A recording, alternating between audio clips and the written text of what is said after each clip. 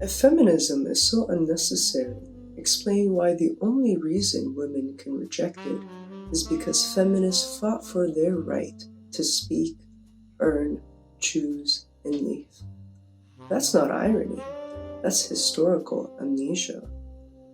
Let me be very clear about something first.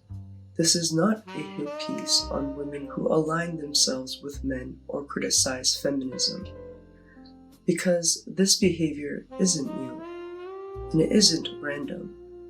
It is a survival strategy. Historically, women have had limited access to power, economic power, legal power, social protection, political voice, and under patriarchy, that power was overwhelmingly concentrated in men.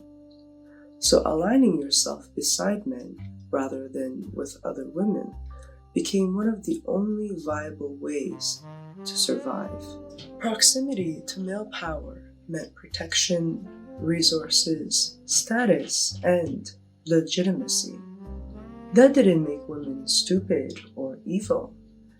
It made them adaptive. What we now call pick-me behavior is just that strategy playing out in a modern context.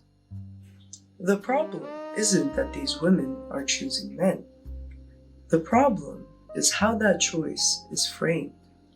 When women gain social capital by putting other women down, by minimizing misogyny, or by telling men that feminism is the real problem, they aren't accessing power.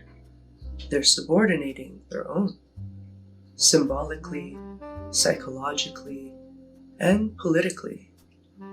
In essence, they're saying, I'm not like the other women. I don't demand accountability. I won't challenge you. And men love that narrative, not because it's true, but because it absolves them. It tells men, you don't need to change. You don't need to reflect. The problem was women all along. And that's why this kind of content spreads around so easily in male audiences. It reinforces the oldest script in patriarchy. When something is wrong, blame women, especially other women. Now let me be explicit about something else. Men absolutely experience harm. Men can be victims of abuse. Violence is not acceptable, regardless of who commits it. But acknowledging that does not require erasing structural realities. Historically and statistically, patriarchy benefits men as a class. That doesn't mean that every man is powerful. It means the system was designed with men in mind. So when women attack feminism while benefiting from its gains, what's actually happening is historical amnesia. The ability to work, speak publicly, own property, create content, criticize ideology, choose partners, leave relationships, earn money independently.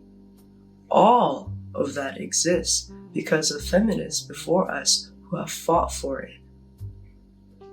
Rejecting feminism is a choice you can only make because feminism succeeded.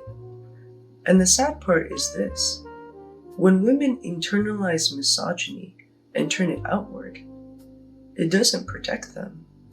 It doesn't grant them real power. It just keeps the system intact. Feminism isn't about forcing women to hate men. It's about refusing to build your own self-worth, safety, or survival on male approval. You can choose men. You can choose partnership. You can choose tradition. But choosing these things does not require throwing other women under the bus. And for the ladies who are still unconvinced, if your empowerment depends on convincing men that women are the problem, then that isn't empowerment. It's compliance dressed up as confidence.